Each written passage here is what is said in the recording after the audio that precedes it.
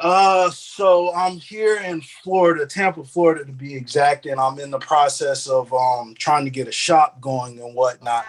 I want everybody to win, and that's truthful because so many people help me. You got to go ahead and pull the trigger. You got to put the money into it. You got to close on it and make it happen. I got I'm pretty sure I have all the licenses except for the ones needed for like the CBD. And do you need, if you know, do you in the state of Florida, do you have to have a permit or some type of license for the kratom? I have never heard that, but if you'll check with your county court clerk, you just call down there wherever your county court clerk's office is and you ask them that. Or I can reach out to some people I know in Tampa and hit you back in an email and tell you for a fact if you have to have it. I would greatly appreciate that. Yeah, because from the information that I've been finding, I don't think you do, but I just haven't found anywhere to actually verify that. Okay. So if you're going to do kratom, are you going to do kava? Yeah. So I'll ask about that as well,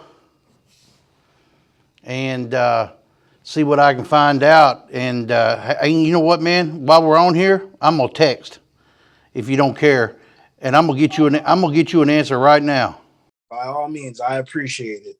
I appreciate it. Let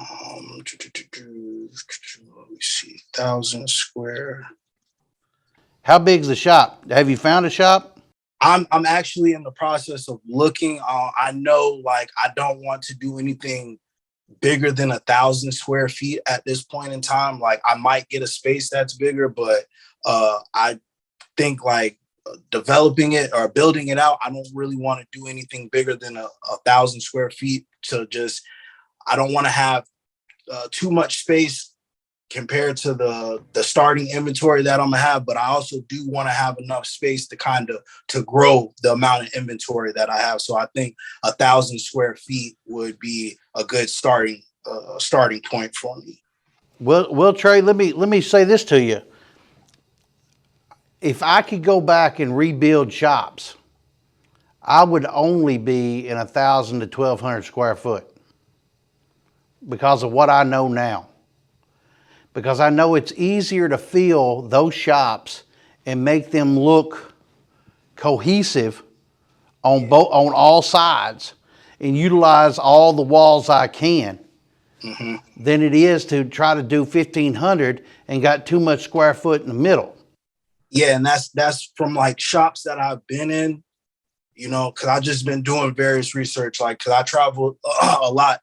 So I'll just, go into smoke shops and just look at the different layouts, just trying to get different ideas. And some people probably think I'm weird because I'll come in and I'm not asking about products. I'm asking about the square footage and things of that nature. And, like if they had anything that they modeled, you know what I'm saying? Like they went in another shop and was like, oh, this is a good layout. And they modeled from that or whatever it may be. So, Trey, if you watched a video we just put out, me and the wife talk about that. I would literally go into other people's shops in other counties, other states, people I'm not in real competition with in my area, and I would talk to the people behind the counter or the owner, and I would start asking them, hey man, on this size shop, and I would give them, I'm trying to set up a shop, and I tell them the facts. Or I got several shops up in Louisville, Kentucky. We're out of the area, so they don't even care, man. They don't care to talk to you, man.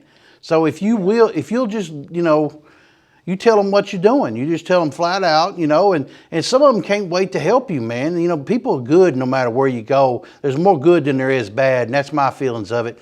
And you literally find out, man, that what they're doing right, what they're doing wrong. They'll even tell you what they wish they had done from jump. Yeah. And then they want to help you, man. I mean, because at some point they may reach out to you and say, "Hey, Trey, I got too many of these hand pipes. Hey, won't you buy some of these off me?" Okay. Yeah. And then y'all become part of a group.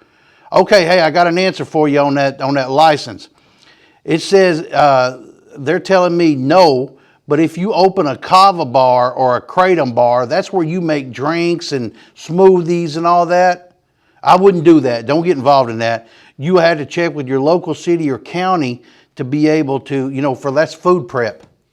Okay. And honestly, I'm glad that you just said that, because my wife actually, she's the one that wanted to do like the kratom and the kava and stuff, because that's something that she wanted to do, because necessary.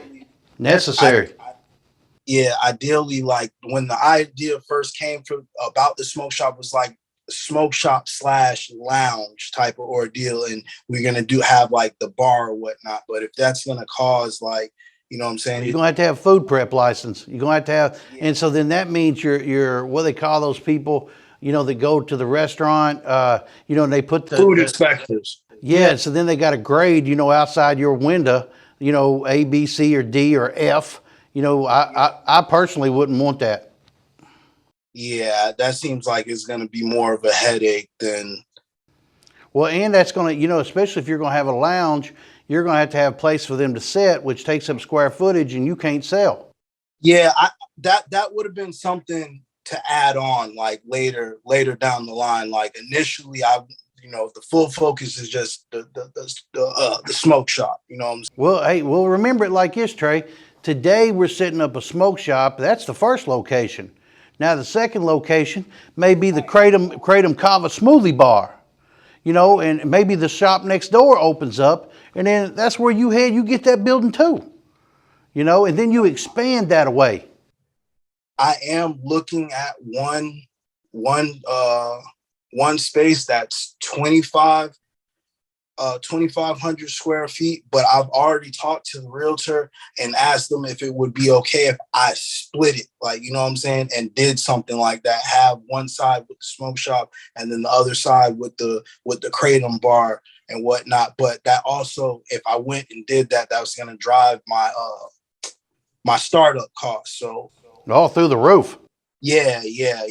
So I'm trying to I got probably, I think, close to 50,000 to start, but I honestly wanted to use all that towards just the smoke shop, building it out, and then putting the inventory in there, which recently I just got my the tobacco license and stuff. So I kind of just been trying to just, in preparation, started grabbing inventory. So when I do get the spot built out, I don't take such a big hit getting inventory. So I figure if I just do it a little bit over time during this process, I'll have some things. And then once I do get the shop set up, or like all the cigars and like perishable stuff, I'll get them. But like I've just been trying to get glass and whatnot, and really trying to build relations with some of the distributors in Florida and whatnot. So.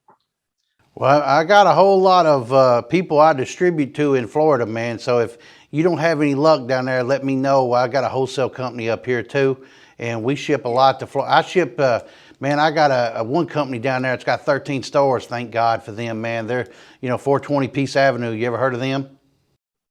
I believe so. I think they may have like a store in Clearwater, I think, if I'm not mistaken. Yeah, they got one there too. They got them all over Florida, man. That I tell you what, them Rollins, they're great, man. They're good people, and I'm telling you, if you slide into one of their shops, and Big Chad, man, he's a big, tall dude, but man, he is super great people, man. He and April are great people down there, and they will help you in any way they can, and they'll help you on build out too, and that way you understand a little bit more, from people that's already in the game.